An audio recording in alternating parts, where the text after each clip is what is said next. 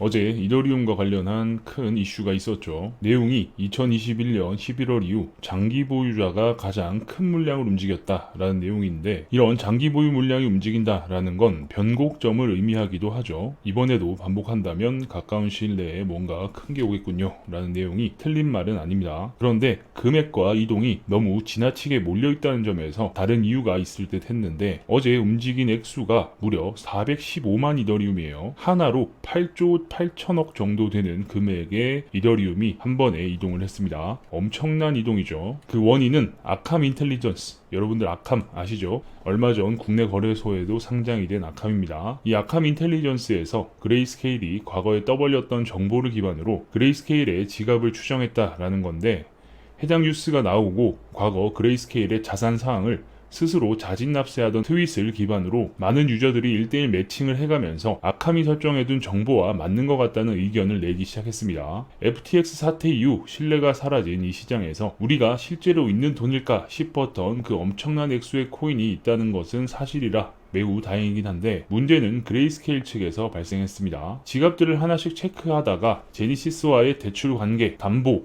또는 코인을 매입하는 과정 등에서 투명하지 못한 일이 있었는지, 또는 채권자들에게 돈이 없다라고 배를 째려는 DCG와 그레이스케일의 계획에 문제가 생길 수 있다라는 판단에서였는지, 핵심은 그레이스케일은 과거부터 지갑 주소를 절대 공개하지 않았습니다. 그런데 이번에 이 지갑들이 공개되어 버리니 생각보다 난감했던 것 같아요.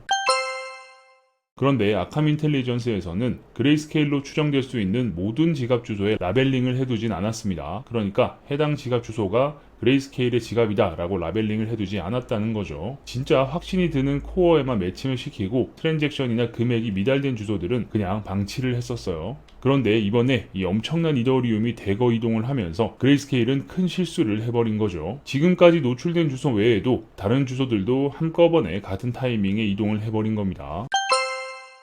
이 주소의 여부는 DCG 입장에서는 기밀이었을지도 모르겠습니다. 그래서 여기에 대한 이동을 치밀하게 계획하지 않은 것인지는 모르겠지만, 이 기밀 정보에 접근할 수 있는 권한을 가진 누군가는 생각보다 블록체인에 대한 지식이 짧았던 것 같아요. 바이낸스조차 유지보수를 위해 지갑 변동이 있을 때 시장에 혼란을 주는 퍼드를 막기 위해서 미리 공지를 하고 난리를 피우는데, 수천억도 아닌 몇 조짜리 자산이 한 번에 이렇게 대거 이동하면 어떤 문제가 발생할지 예상을 못했다는 건 제정신인가 싶을 정도예요. 덕분에 그레이스케일과 연이다한 애들이 스스로 자진 납세를 해버린 그런 상황입니다. 이거 외에도 추가적인 정보가 하나 있는데, 과거 중고나라에 유명한 빌런이 있죠. 500원 빌런인데 9만원짜리 물건을 판매했는데 89,500원을 입금한 거예요. 500원이 부족한데요 라고 이야기했더니, 내가 뱅킹 하는데 수수료 500원 들어갔잖아요, 그거 빼고 보냈어요 라고 하는 거죠. 왜 나한테 줄 돈에서 빼냐 라고 하니까, 그럼 내가 95,500원을 줘야 되냐라는 거죠. 그래서 환불을 해주겠다라고 하면서 이체 수수료 500원 빼고 89,000원을 돌려주는 이런 상황이 벌어집니다. 그랬더니 나 야이 이렇게 욕을 하는 거죠. 이런 일들은 중고나라에서나 발생하는 거지 그레이스케일의 트러스트에서는 발생하면 안 되죠. 이더리움 트러스트로 묶여있던 코인들이 이동을 하게 되면 지갑에 들어있던 이더리움의 일부를 전송 수수료로 소량 사용할 수밖에 없죠.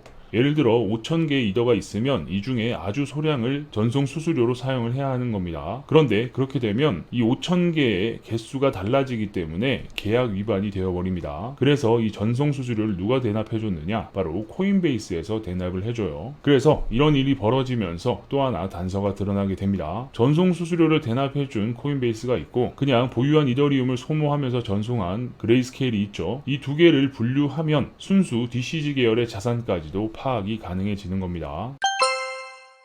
여러분들이 잘 알고 계시는 베리 실버트, 매우 똑똑한 줄 알았는데 이 상황은 무슨 생각이었을까 싶죠. 도대체 지금 DCG라는 조직이 어떻게 돌아가고 있는 건지, 세계적인 자산운용사 그레이스케일이 동네 마트 같아 보이는 건 이런 실수로 인해서 느껴지는 것 같습니다. 어쨌든 이번 사태는 대거 손바뀜은 아닌 것으로 정리할 수 있겠네요. 이번 영상은 여기까지고요. 다양한 코인 정보는 크립토웰과 함께 하세요. 감사합니다.